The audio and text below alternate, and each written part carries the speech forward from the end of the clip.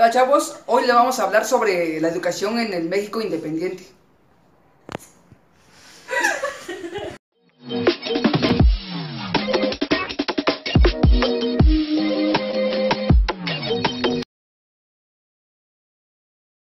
El despotismo ilustrado fue acogido por los monarcas europeos en el siglo XVIII con la finalidad de convertir sus reinos en estados modernos.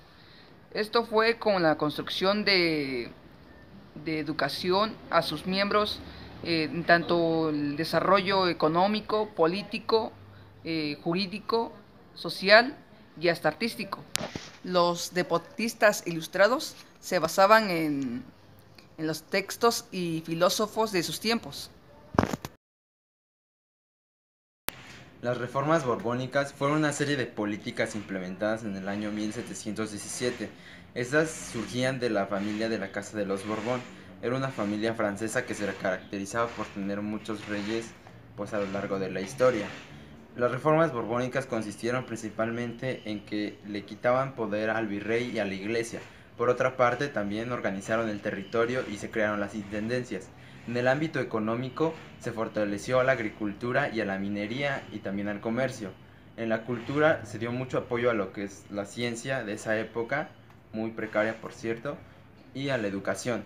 Por otra parte se dejó el estilo neoclásico que se tenía en ese entonces y en la forma artística más predominante fue el barroco.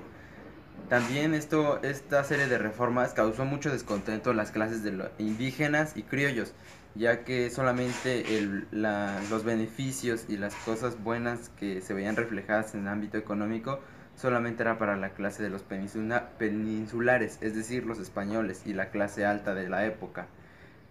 Sumado a esto, llegan lo que son ideas ilustradas ya por los sucesos en ese mismo tiempo, que era la independencia de las 13 colonias en Estados Unidos y la Revolución Francesa, que fueron fuente de inspiración para la independencia de México. El despotismo ilustrado y las reformas borbónicas son antecedentes a la independencia. Este inició a la madrugada del 16 de septiembre de 1810 con el grito del cura Hidalgo. La lucha fue iniciada por los criollos, movimiento que se hizo popular a lo que se le sumaron artesanos, mineros y campesinos. Más tarde fue fusilado Miguel Hidalgo y Costilla y toma el mando Morelos. En 1821, Iturbide y Odujú firman el Tratado de Córdoba, donde reconocen la independencia de México. Los sentimientos de la nación, escrito por José María Morelos y Pavón. Uno de los puntos que él tocaba, que América debía de ser libre e independiente de España. También uno de los puntos era que los tres poderes, tanto el legislativo, el judicial y el ejecutivo, se ejercieran y se ejecutaran todos en un tiempo, o sea que cada quien tuviera su espacio. También uno de los puntos era que la legislación no debía impartir la tortura, que hubiera una nación sin esclavitud. La efervescencia de la independencia no duró mucho tiempo, puesto que ya una vez terminada esta surgieron muchos problemas en cuanto al aspecto educativo del país. Y esto igual interfirió mucho por la falta económica, problemas políticos, igual porque la civilización que se tenía en cuenta antes acabó con eso, o sea, acabó con que la sociedad tenía que ser civilizada. ¿Sabían que la educación en México se vio muy afectada después de la independencia? Sí, es lo que comentábamos hace rato, ¿no? Que hay bastantes factores que intervienen en que esto se haya visto de esta manera. Sí, de hecho las escuelas, como lo que es la primaria, no había muchas, por lo que ni siquiera había para lo básico, que es la comida y la vivienda. Ciertamente también aparecen escuelas mixtas por lo mismo de que no se tenía ese afán de que no tenían recursos y como las localidades asistían menos de 2.500 alumnos, pues no habían escuelas específicas, pues. Otro tema importante también era el alfabeto hacia la mujer. Ese fue un tema muy importante durante el siglo XIX, ya que muchos de los políticos veían como algo inútil preparar a la mujer para una mejor educación. Solamente se les decía que podían ser preparadas para ser compañeras de sus esposos, ser mejores madres. También una educación relevante que fue la de la nueva enseñanza, que se les enseñaba a leer, a escribir, el tejido de lienzo fino y otras cosas relevantes. De hecho, también las mujeres, aunque asistieran a esas escuelas, muy pocas veces terminaban sabiendo leer y escribir, y al comienzo casi no existían las escuelas para niñas. Más que nada existían las escuelas para niños porque era muy difícil sostener esas escuelas. Sí, siempre decrecía bastante lo económico. Decía que igual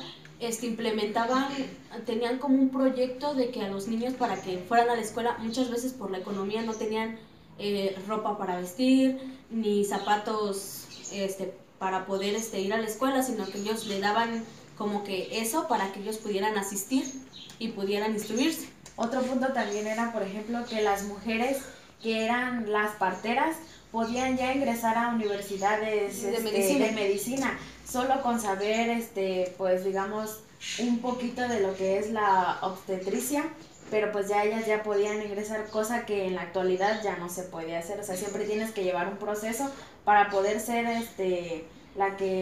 ser un profesionista, ajá, en tu rama, ajá, exactamente.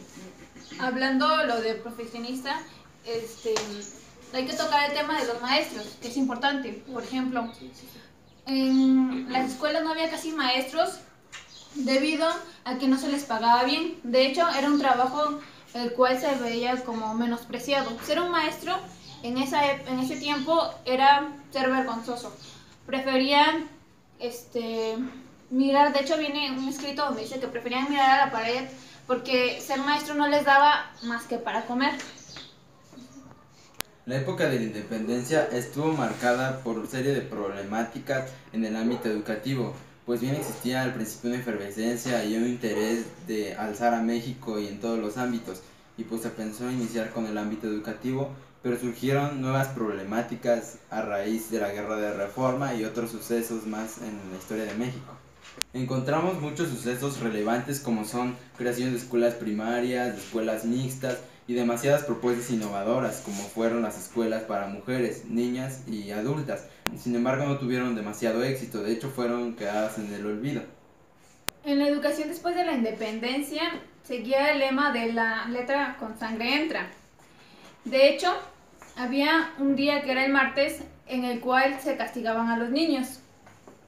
Encontramos pues en toda esta etapa una influencia de la educación tradicional que se venía impartiendo de la colonia con una educación moderna. Se suman diferentes factores como son nuevos métodos, nuevas escuelas, nuevas compañías, y cabe hacer mención aquí a la compañía lancasteriana y diferentes ideologías de la época, como fue también ya en la época más avanzada, en la década de 1860, de los 40 a los 60, donde llega una nueva ideología que es el positivismo, impulsada por el francés Auguste Comte. Pero esto no suponía la solución de todos los problemas, sino que se vio al indio como algo desprestigiado. No se le proponía como un sujeto que podía aprender, sino que se decía que era un opositor al progreso. Es importante hacer mención de la corriente darwinista que también llegó a México, en la que básicamente se establecía que los indígenas eran una raza que iba a desaparecer, es decir, que es una postura demasiado racista desde nuestro punto de vista como History Chavos.